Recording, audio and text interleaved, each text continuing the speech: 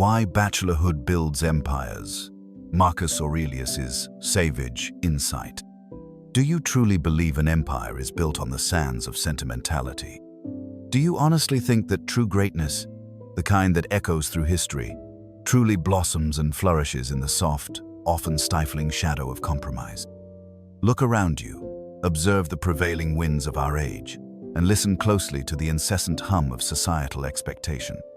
The world whispers one promise, screams another, and its seductive, almost universally accepted siren song is presented as the undeniable truth of human existence.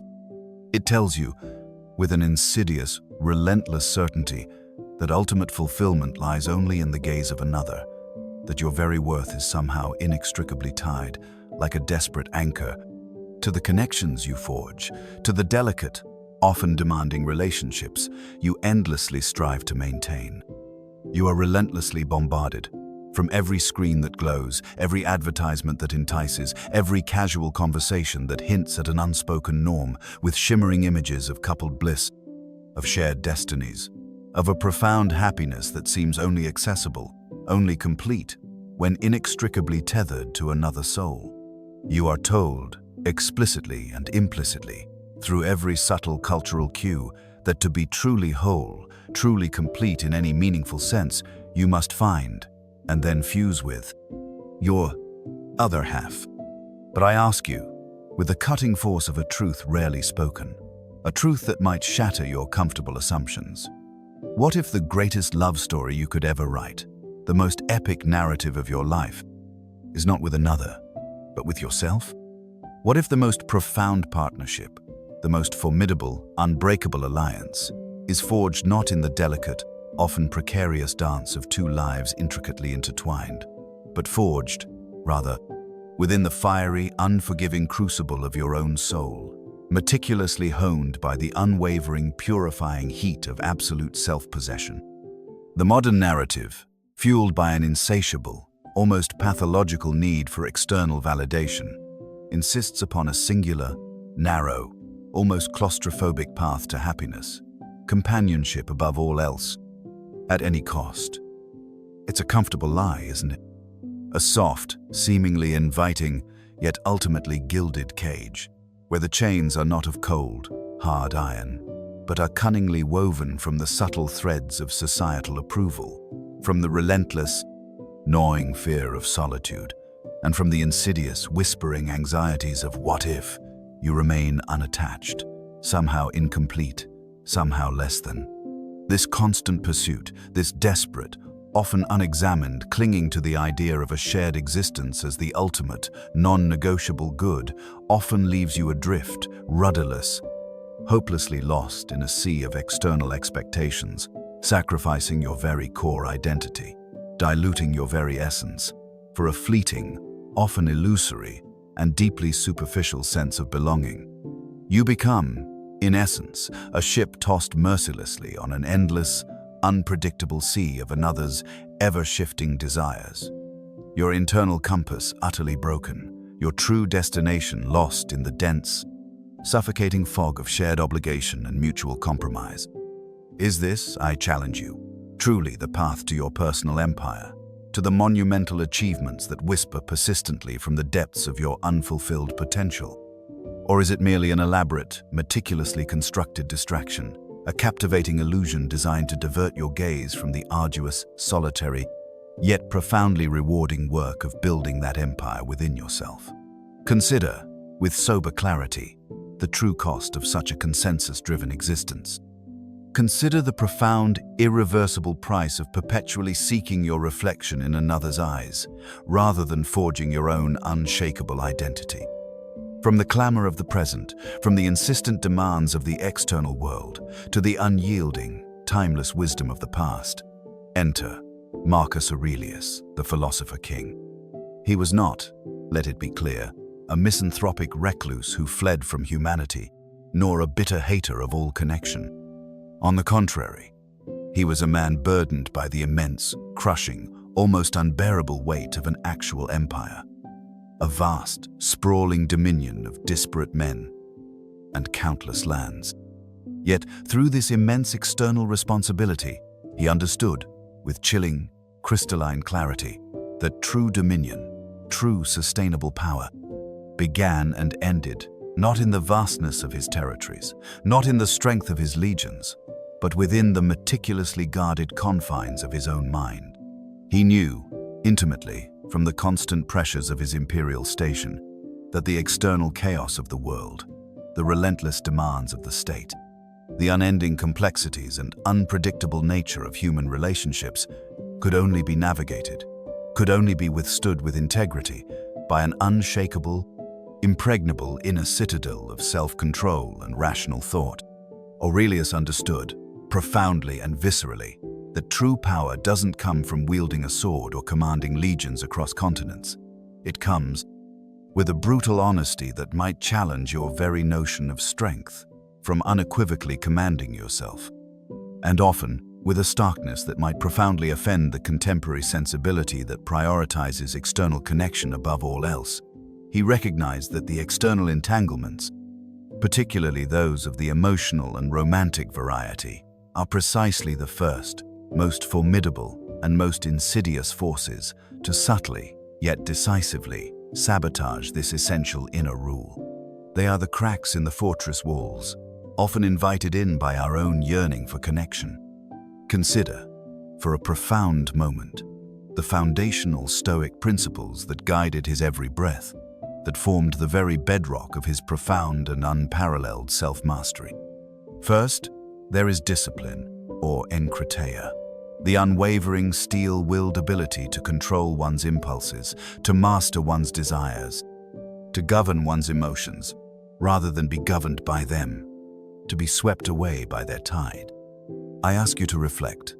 How much vital energy, how much precious cognitive bandwidth, how much unique creative spark, how much raw, unadulterated potential is siphoned off daily by the unpredictable, often tumultuous emotional roller coaster of a romantic relationship. How many critical life decisions, how many pivotal choices that determine the very trajectory of your existence are made not from a place of rational purpose, not from a strategic vision for your highest good, but from the urgent, sometimes desperate need to appease, to avoid conflict, to maintain a fragile, often superficial harmony. Aurelius, with his keen philosophical eye, his unblinking gaze fixed on truth, would immediately recognize this dispersion of energy as a profound drain on your vital force, a silent, insidious surrender of your inherent sovereignty. He would demand to know, are you truly leading your life, consciously charting your course, or are you merely reacting to the emotional currents of another's, perpetually adjusting your sails to their prevailing winds? Is this mastery, or is it servitude disguised as love? Then there is self-sufficiency, or autarkeia.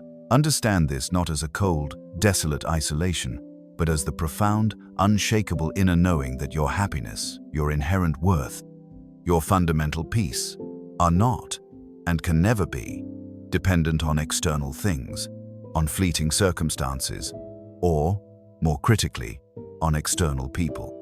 Do you truly believe, deep in the core of your being, beyond the superficial layers of conditioning, that you are incomplete, that you are merely a fragment, a half-being, only when tethered to another?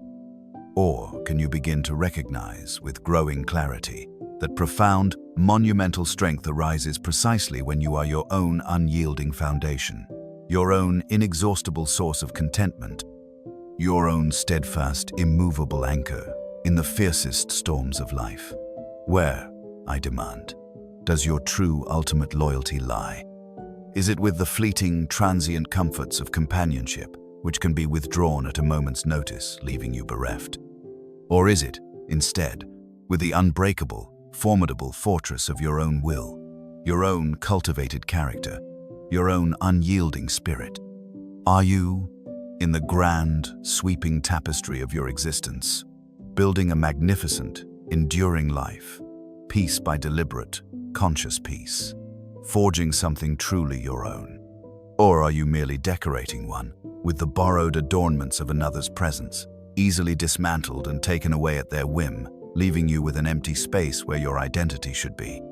The world, in its simplistic, often sentimental understanding, may look upon a lone wolf and see a pitiable, solitary creature.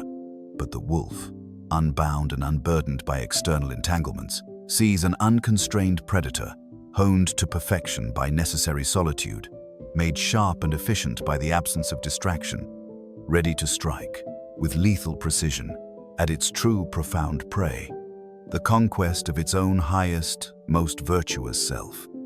Aurelius, with the piercing clarity of a mind unclouded by romantic illusion or societal pressure, fixed his gaze, not on the shifting, unpredictable sands of external circumstance, but on what was profoundly and undeniably within his control, his judgments, his actions, his reactions to the world.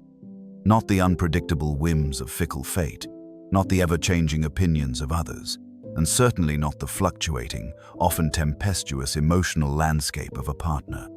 His duty, his officium, was to roam, yes, to the vast complexities of governance and the immense, soul-crushing responsibility of empire. But underlying that monumental external duty was a more sacred, a more fundamental, a truly non-negotiable duty to his own virtue, to his own rational mind, to the unblemished, inviolable integrity of his own character. What, I challenge you, with the weight of ancient wisdom, is your highest, most sacred duty? Is it, truly, to another's often fleeting happiness, to the delicate, precarious balance of a shared existence, to an external standard? Or is it, unequivocally, to the formidable, relentless growth of your own spirit, your own intellectual power, your own capacity for profound, independent action, for becoming truly sovereign? The savage insight of Marcus Aurelius is this, and let it pierce through the comfortable illusions you may hold.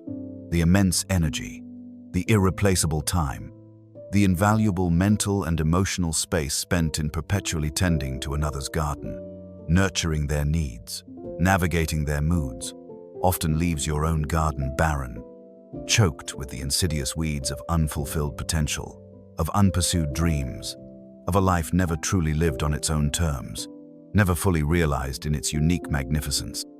Understand this with absolute, unyielding clarity. This isn't a cynical, resentful call to despise connection or to embrace a life devoid of human warmth. It is rather an urgent, profound, and deeply empowering call to understand, to embody the almost unfathomable, transformative power of uninterrupted focus. Observe the vast majority of humanity. They squander their vital energy, their very life force, on appeasing others, on the draining emotional labor of navigating endless relationship dramas, or on the relentless, exhausting, and ultimately fruitless pursuit of external validation, of being seen as complete by the world. They become, tragically, like a candle flickering precariously in a constant, relentless draft, its precious flame perpetually being blown off course by every subtle breeze of another's mood, every unspoken expectation, every minor disagreement, every perceived slight. They never become the unwavering, incandescent lighthouse, resolute and strong, standing firm and unyielding in the fiercest storm, guiding themselves by their own brilliant internal light, their own unshakable purpose. This isn't about being alone, in a state of desolate, isolated solitude. It is about the profound, empowering, and truly revolutionary state of being whole, utterly complete within your own being, a universe unto yourself. It is not about avoiding love in some bitter, resentful rejection of human connection. It is, in its highest philosophical sense, about becoming love itself, manifesting it as a profound inner state, in its most fundamental, self-possessed, and vibrantly powerful form. Now, truly envision, with vivid clarity, what happens when the vast, unquantifiable reservoir of energy-mental acuity, emotional depth, spiritual vitality, and physical vigor that is typically consumed by the intricate, demanding, and often draining dance of romantic relationships is channeled, with a ruthless, unwavering precision, into the forging of your own, deeply personal and singular empire. Imagine the profound depth of work, The sudden, exhilarating creative breakthroughs, the monumental intellectual leaps, the spiritual ascensions that become not merely possible, but almost inevitable. When your focus is singular, undiluted, and utterly uncompromised by external demands or emotional dependencies. Consider, for a moment, the sheer, liberating luxury of time. Days, weeks, months, even years that would otherwise be consumed by the intricate, demanding rituals of romantic partnership, the endless negotiations, the delicate emotional labor, the complex navigation of shared social obligations, the inevitable, often energy-draining compromises that dilute your personal mission. What if, instead of being dispersed and diluted across multiple priorities, that very same irreplaceable time was relentlessly reinvested with surgical precision into the building of your own unique legend? What if it was poured with passionate, unyielding dedication into deep work, not merely tasks, but profound, undistracted engagement in mastering a skill to an unparalleled, world-class degree, in building a visionary business from the ground up, brick by deliberate brick, in creating a monumental body of art that speaks to generations, vibrating with your unique truth, in writing the seminal book that burns within you, demanding to be brought forth into existence. This, and only this, is the realm where true mastery is forged, achievable only through unbroken concentration and singular devotion. Intellectual ascent, the boundless freedom to devour knowledge without interruption, to engage in rigorous, self-directed study, chasing every rabbit hole of understanding, without needing to explain or justify your arcane pursuits to anyone else, to expand your philosophical understanding to its absolute limits, challenging every preconception, to become truly a formidable, unassailable intellect, a walking library of wisdom. This is the forging of potent mental weaponry, physical and mental fortification, the dedicated, uninterrupted time to hone your body into an instrument of your unyielding will, perfecting its form, pushing its limits, to discipline your mind against all forms of weakness, distraction, and self-doubt, to cultivate a resilience, a grittiness that makes you unbreakably strong, impervious to external setbacks, and utterly robust against any adversity life throws your way. This is the deliberate cultivation of raw, unadulterated power, purpose manifestation, the singular, unyielding pursuit of a grand, audacious vision, unburdened by divergent external goals, the undiverted energy to build a legacy that will transcend your mortal years and redefine what is possible for your life, for your lineage, for humanity itself. This is not merely existing, this is the profound act of becoming, of manifesting your highest self in the world. Without the constant negotiation, without the relentless push and pull of another's needs and desires, your path becomes not merely clear, but crystalline, illuminated with an almost blinding, uncompromising focus.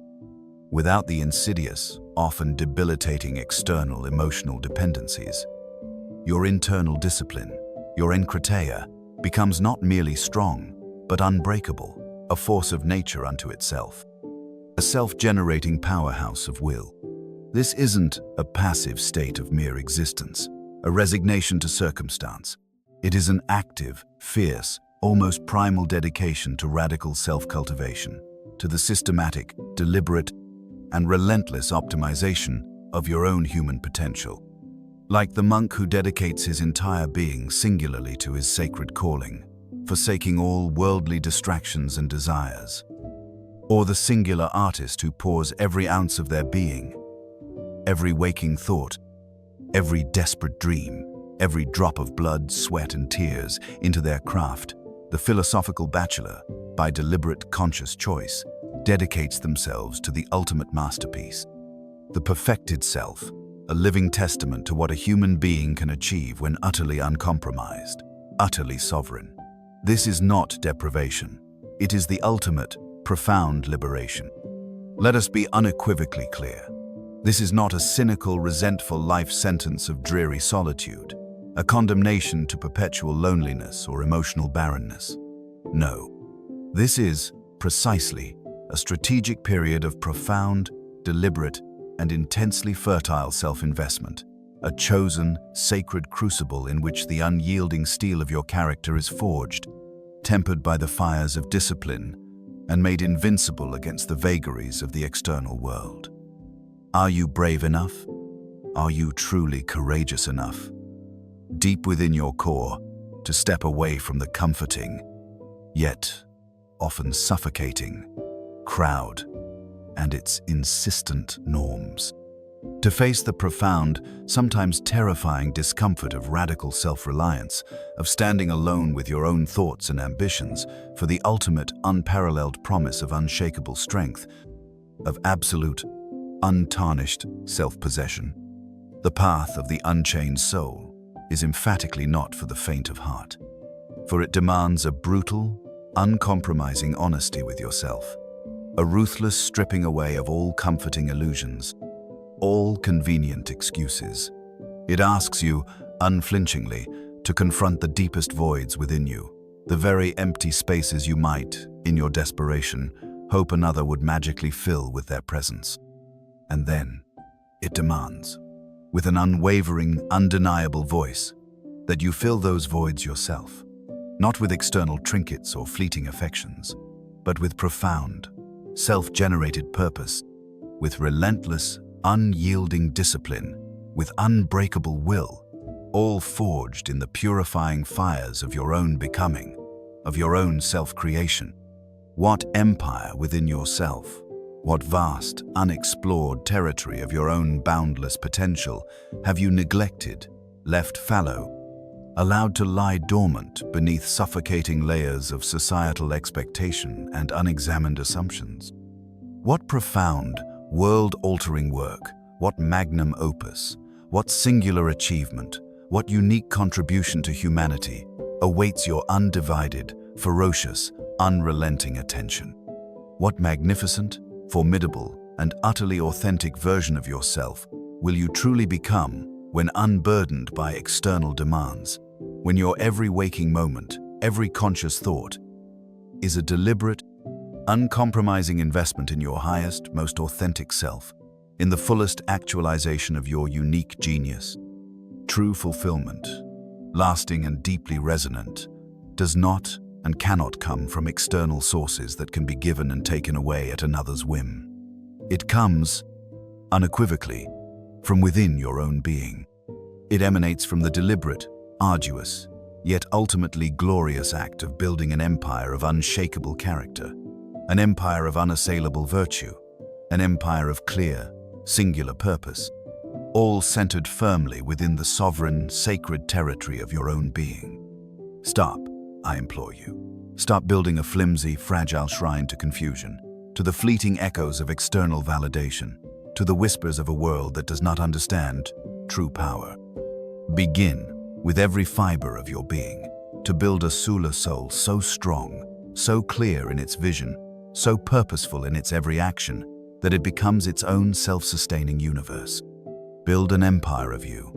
Let your unblemished, cultivated character be your greatest conquest, your unwavering discipline, your most formidable, invincible army, and your profound, singular purpose, the unwavering banner under which you march, undeterred, into the dawn of your own magnificent greatness.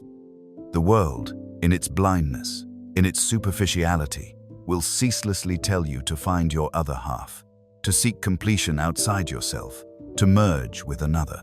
Marcus Aurelius, with his savage, liberating insight, would tell you, with the force of irrefutable, timeless truth, to become your whole.